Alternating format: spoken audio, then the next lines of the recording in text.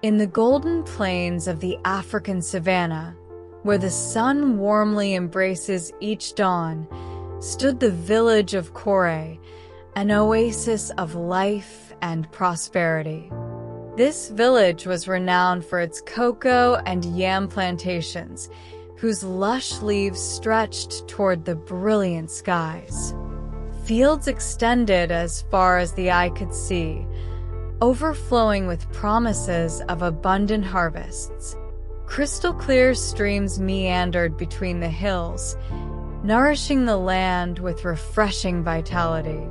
Every breath of wind carried the mingled fragrances of damp earth and wildflowers, while birds sang in perfect harmony with nature.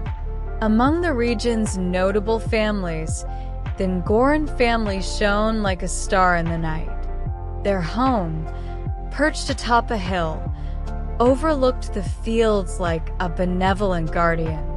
Mamadou Ngoran, the patriarch with piercing eyes and a back bent from years of hard labor, was known for his wisdom and dedication to his family and community. Together with his wife, Fanta, a woman as strong as she was kind, they had transformed arid land into a fertile paradise.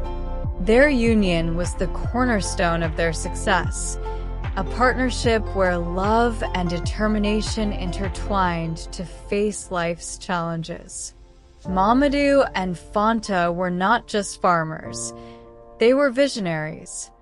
They saw every planted seed as an opportunity for the future, every harvest as a promise for their children. Mamadou dreamed of seeing Aminata, their eldest daughter, become a respected manager who would tend to the family lands with the same care he had given them. Fanta envisioned Idrissa, their second son, introducing new agricultural techniques to modernize their farms. For Ousmane, the youngest, they nurtured hopes that he would become a community leader, using their prosperity to bring sustainable solutions to the village's needs. These dreams, woven in the silence of starry nights, guided their daily efforts. Together, they had built a legacy that was the envy of all. Beyond their material wealth, they were known for their generosity and community spirit. Every year, they hosted celebrations after the harvests, where the entire village gathered to rejoice in the fruits of collective labor. Under a sky studded with twinkling stars, the village square glowed with oil lamps hung from baobab branches.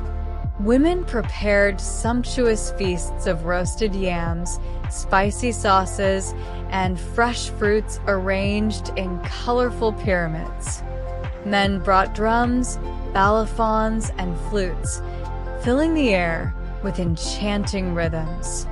Children, their faces radiant with joy, ran around playing hide-and-seek among the jars and baskets of food. At the heart of it all, Mamadou would give a speech to thank the land and ancestors for their blessings, while Fanta led the dances, her graceful movements inspiring everyone to join in. The nights stretched on in an atmosphere of laughter, songs, and stories told around the fires, each spark seeming to carry a wish for the coming year. These celebrations embodied the unity and gratitude that defined the village, a time of joy and sharing that strengthened the bonds among the inhabitants. Despite this prosperity, an insidious shadow threatened to darken their future. Mamadou and Fanta's children, raised in comfort and abundance, seemed oblivious to the value of effort and sacrifice. Aminata spent her days flipping through fashion magazines, dreaming of luxurious dresses and exotic travels, while Idrissa escaped into gambling with friends, hoping for quick gains without effort. Ousmane preferred lounging under the trees, scheming ways to acquire things without lifting a finger. None of them heeded their parents' stories about the long hours spent tilling the land, nor Mamadou's gentle calls to help in the fields. Their carefree attitude stood in stark contrast to the discipline and courage of their parents. An odd indifference seemed to cloud them, as though the lessons of the land failed to resonate in their hearts. This generational divide would soon prove disastrous, steering the family down a path fraught with hardship. Before we continue, please feel free to let us know from where you are watching. Subscribe to our channel so that you will not miss any upcoming video. The Ngoran children grew up in a cocoon of privilege. Mamadou, determined to spare them the hardships he had endured, refused to subject them to the harsh agricultural labor that had shaped him. He gave in to their every whim, lavishing them with sparkling jewelry, sumptuous clothing, and imported toys from the city. Fanta, though more reluctant, remained silent, overwhelmed by the deep love she felt for her offspring. Thus, Aminata, the dreamy youngest daughter, devoted herself to song recitals, never once lifting a hoe. Idrissa, ambitious yet lazy, nurtured grand projects that he abandoned before even starting them. As for Ousmane, the youngest, he lost himself in superficial distractions, spending his days indulging in games and trivial pursuits. In their growing indolence, the children ignored the wise counsel of the elders, who, by the glow of campfires, recounted the trials that had once forged men and women worthy of respect. The years passed like the waters of the Bandama River. Mamadou, struck by illness and age, had to abandon the fields that had been his kingdom. Lying in a modest hut, he watched with sadness as his children, now grown, quarreled over his inheritance.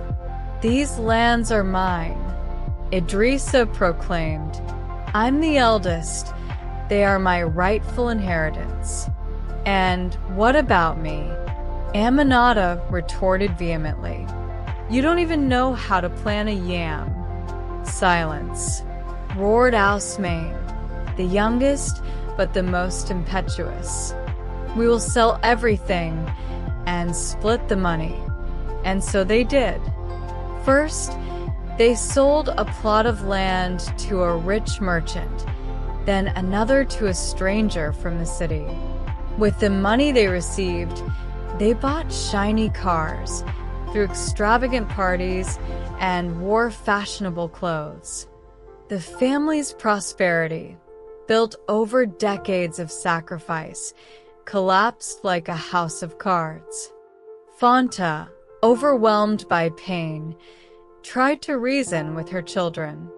"My children," she said, tears in her eyes, "these lands are not just plots of soil. They are the heritage of your ancestors, the fruit of their sweat and their dreams." But her words fell on deaf ears. Blinded by greed and ignorance, the children continued their frantic pursuit of fleeting pleasures. The last plot was sold. Mamadou, bedridden, was now abandoned in a dilapidated hut.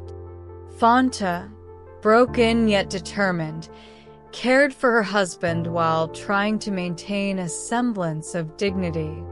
The children, on the other hand, faced a harsh reality. Their squandered wealth had turned them into outcasts, rejected by their once wealthy friends. One day, Idrissa, begging in an alley in the city, saw an old man plowing a field. The man looked at him intently and murmured, "He Who abandons his roots chases the wind. These words struck Idrissa like a lightning bolt. He returned to the village, ashamed, soon followed by Aminata and Ousmane. In front of the hut where their parents lay, they fell to their knees, begging for forgiveness. Mamadou, weakened but still lucid, answered them in a trembling voice. "You have learned a lesson I could never teach you. Love is not about giving everything, but about educating and empowering." Filled with remorse, the children set out to atone for their mistakes. With the help of the villagers, they reclaimed a plot of land. Under Fanta's guidance, they learned to plow, sow, and harvest. Little by little, the Ngoran family regained its dignity. This story became a legend, passed down from generation to generation. On starry evenings, the young were reminded that a parent's love is not just in giving, but in the transmission of values. And that wealth, without knowledge and responsibility, is but a barren seed. Thus, across the fields of Kore, the harvests of ingratitude became the crops of redemption. We have come to the end of a story. If you have appreciated, subscribe to the channel and like and share the video. See you on our next video. Bye.